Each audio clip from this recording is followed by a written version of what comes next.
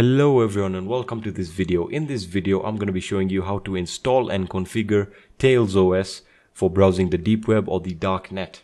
So you might be asking yourself, what is Tails? Well, let's find out together. So what we're going to do is just going to open your browser. Any browser is fine, and we're basically just going to give it a search, Tails OS, as simple as that, and hopefully it gives us the website, and it does. Tails, privacy for anyone, anywhere. So let's click on that and let's see what it has to offer us. Now, let's see what it says. The website is very simple, very well designed, but let's see what they have to say. Tails is a live operating system that you can start on almost any computer from a DVD, USB stick, or SD card. It aims at preserving your privacy and anonymity and helps you to use the internet anonymously and circumvent censorship. All connections to the internet are forced to go through the Tor network. Leave no trace on the computer you're using unless you ask it explicitly. Use state-of-the-art cryptographic tools to encrypt your files, emails, and instant messaging.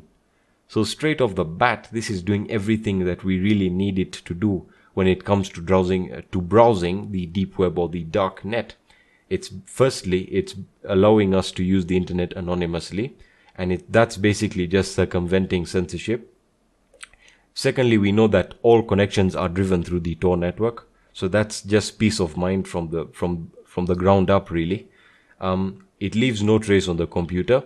Basically, Tails OS is a live operating system. Now, if you don't know what a live operating system is, it basically works once. It doesn't save anything that you do on it, and it basically wipes whatever you've done. So it's almost like it just does everything for you. It cleans anything that you may have done, all the history, anything downloaded. It basically just wipes everything. It then uses state-of-the-art cryptographic tools, for example PGP, which we discussed earlier, to encrypt files, emails, and instant messaging, which we will look into in the next video. Now, let's actually get started on installing it. So it's very simple. Just hit install Tails 2.12. So let's just hit install that, and I'm just going to click right here, download only. We really don't need the installation assistant because that's why I'm here. So you can download the ISO image, which is basically the single file containing the whole operating system. So they also want you to verify your download. So they're basically going to give you two techniques to do this verification. You can download the ISO image via Firefox add-on. The add-on verifies your download automatically. So let's just install the Firefox add-on. No, not really. So you can download it with a torrent. If you really don't want to go through the Firefox add-on and maybe you're using Google Chrome, we can just go back and we can use this guide here, and I know that this will just basically bypass everything. Now, which operating system are you installing Tails from? So if you're installing it from Mac, just select Mac. If you're installing it from a Linux distro, select that. If you're installing it from Debian, Ubuntu, or Mint, which are the three most popular Linux distros, you can select that. Or if you're using Windows, which is what I'm using, just hit Windows. So once you've selected Windows, it's going to ask you, are you installing from another Tails OS? No, we're installing it freshly. So we're going to go with this one. Download and install. So let's hit install from Windows. Now, don't worry about basically this section here asking you what you will need, basically saying 2 USB sticks. You really don't need 2 USB sticks. I'm just basically going to show you the simplest way of doing this. So you can hit let's go. Alright, and basically you can download and verify the Tails OS operating system, the ISO file. So you can actually do that through the Firefox add-on, as I mentioned earlier, or you can do it through BitTorrent. I would recommend doing it through BitTorrent, or if you want to, you can basically just hit the you can basically install the Firefox add-on right here. Just allow it. Or if you're using Chrome, it will ask you to install the Chrome add-on. Just install it and hit OK.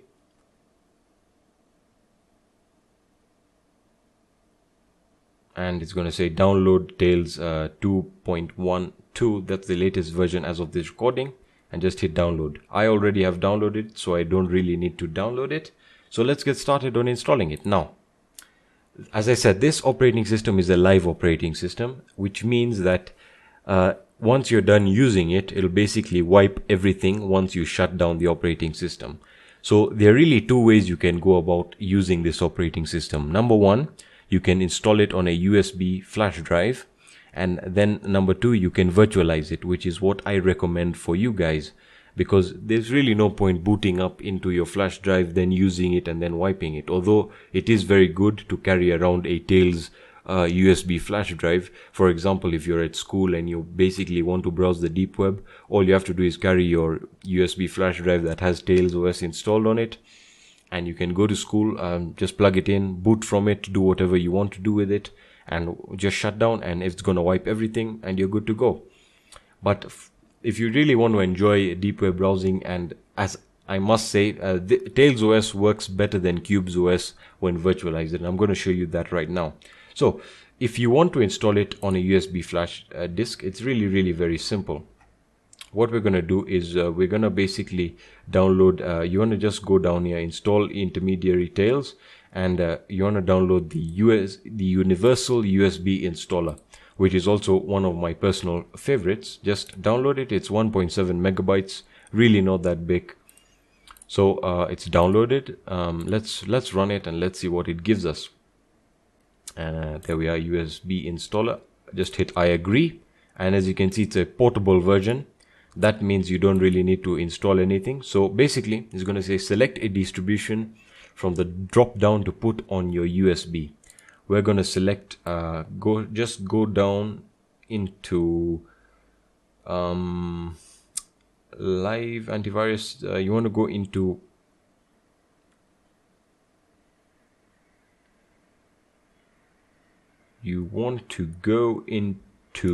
here we are. That's it. Sorry about that, guys. They really have changed the sectioning of the operating systems. There's so many Linux distros, so you want to basically just go into other distros that are sorted alphabetically and look for Tails. Once you find Tails, just select it, and now you want to browse to where you downloaded your ISO file. Mine is in my download section. It's in a folder, and here it is, the Tails 2.12 as of this recording. So I'm going to hit open, and then I'm going to select the letter of my USB drive. By the way, Tails is a very small operating system. You can even install it on a 4 GB flash drive, and you're pretty much good to go.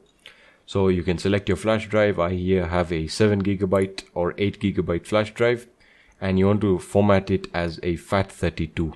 Alright, once you click that, just hit create and you're good. Once that's done, just power off your computer and then boot up with the USB plugged in, and then boot from your USB drive, and it should be as simple as cake.